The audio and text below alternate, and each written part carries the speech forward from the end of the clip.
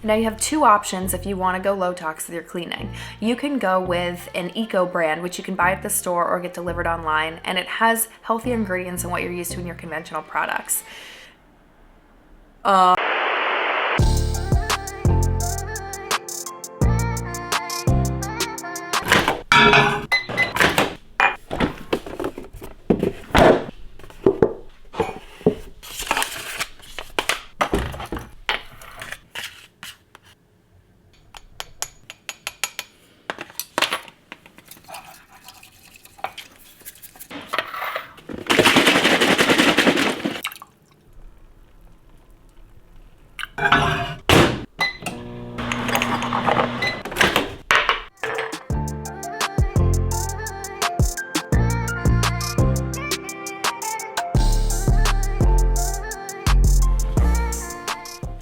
Hi guys, I wanted to sit down and talk about cleaning products, low tox cleaning products, and how great they are and how they're gonna make your life so much easier, more convenient, simpler, more affordable, safer, healthier, and better for the planet.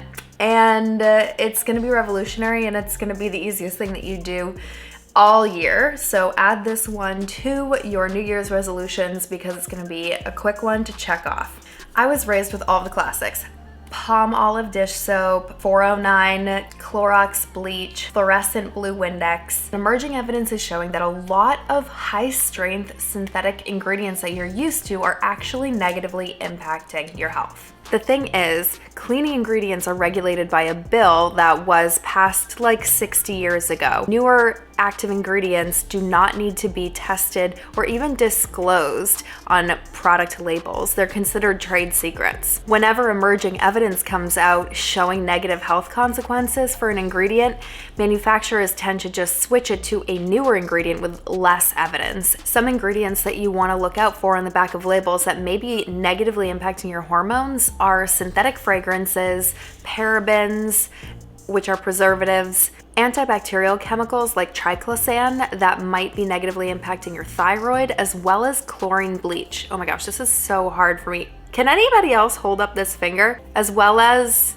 chlorine bleach. That's not better. Chlorine is in the same column as iodine in the periodic table of elements, and so they're both highly reactive, and chlorine, it's theorized, might actually replace iodine and cause harm to your thyroid. Chlorine bleach is also really lung irritating and may contribute to asthma. And finally, ingredients that may be contaminated with carcinogenic byproducts, such as dioxane. Sodium lauryl sulfate is one of those ingredients that you want to be aware of may be contaminated with dioxane. If you're curious about the difference between sodium lauryl sulfate and sodium lauryl sulfate, check out one of my previous YouTube videos, and I'll link it above, because one of them is concerning while the other one is not, and is actually pretty effective at cleaning. Dawn dish soap used to contain an antibacterial agent called triclosan, which was banned due to concerns over effects on thyroid health and other endocrine disorders. So what Dawn did is they swapped triclosan for another antibacterial agent, one that was newer with less data or evidence of harm behind it. That new ingredient was called chloroxylenol, which, just like triclosan, is also a known pesticide and showed evidence of possibly being harmful to aquatic life. Chloroxylenol is a micropollutant occurring in the natural environment. There is still little information available about its elimination and fate. I don't know about you, but that terrifies me. The way I see it, the real problem is this culture of "it's not my problem." Do we really think that we can manufacture completely new synthetic ingredients and introduce them into the ecosystems and just imagine that there's going to be some magical bacteria or something that's going to break them down and digest them into perfectly safe components like water and air? It's honestly very apparent to me that nobody really thought this through. Now you have two options if you want to go low tox with your cleaning. The first is to buy environmentally preferred or eco-friendly products from stores or get delivered to your house. The second option is to DIY with ingredients that you have on hand in your pantry.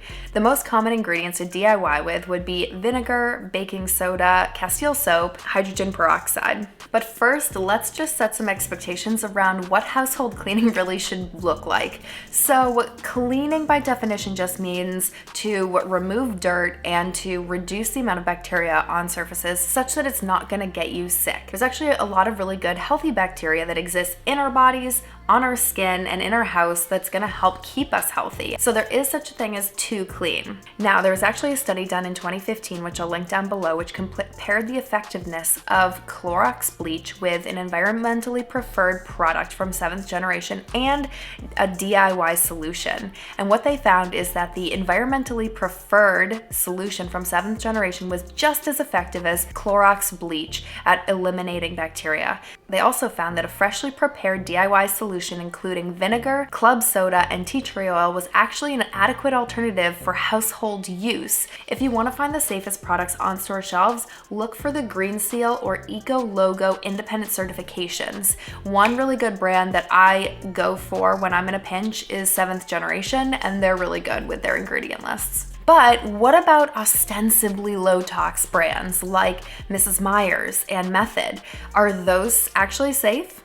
Well, the first thing you have to know is that both Method and Mrs. Meyer's are actually owned by SC Johnson, which also owns Drano and Windex, decidedly not low tox brands. But digging into it a bit more, if you check out Mrs. Meyer's online, you can actually see that they do include synthetic fragrances, colorants, and preservatives, which have concerning health consequences. There's a report which I'll link below, which shows that one of the executives of the Mrs. Meyer's brand revealed that they knew that the brand feel would engage a lot of people who are looking for a homey, low tox product, but isn't necessarily going to deliver on that. Okay, well, what about Blue Land? They must be really low tox, right? They are mostly low tox. The couple things that are concerning to me personally is that they do use synthetic fragrances, which apparently have been vetted by Cradle to Cradle, even though they are petroleum derived. And their foaming hand soap tablets does contain polyethylene glycol or PEG, which may be contaminated by that carcinogenic byproduct dioxane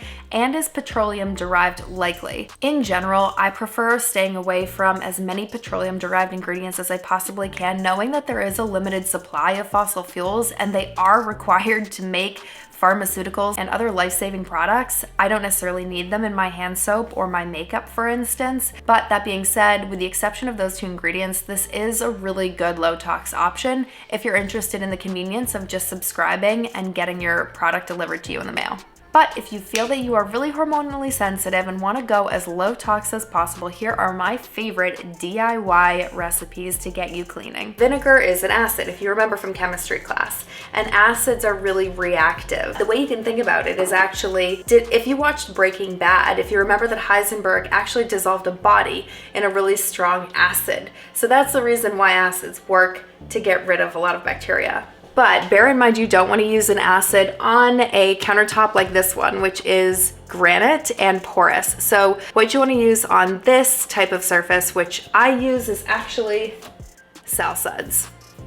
And Castile soap or something like Sal Suds is safe and effective on any surface, and it makes a really easy, simple, multi-purpose spray. I just take a little bit of this and I dilute it, and then sometimes I'll add tea tree oil for a little bit more of an antibacterial kick.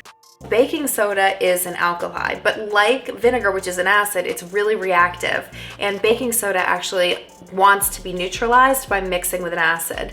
So food and food particles are usually acidic, and that's the reason why baking soda can actually break them up and lift grease and food particles from a surface. Some things that I like to use baking soda on are my oven, as well as stainless steel pots and pans. I also really love to use as a toilet bowl cleaner. So you can put baking soda into your toilet bowl, then add some tea tree oil, and then add some vinegar, which is gonna bubble and fizz and really get rid of and dislodge a lot of the crud that might be there and help to wash it all away. Now, a couple extra tips for low tox cleaning recipes.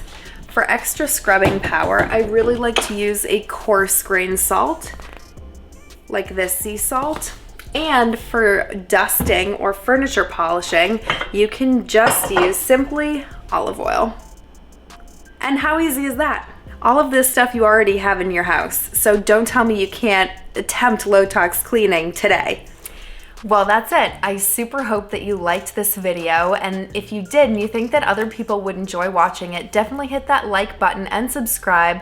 Those things would help get this video recommended, and I'd be really grateful for it. And if you have any questions about low tox cleaning or anything low tox, feel free to let me know, and I'd love to hear what else you would like to learn about in the comment section down below. Otherwise, I hope you have a fantastic rest of your week, and I look forward to seeing you again in the next one. Bye!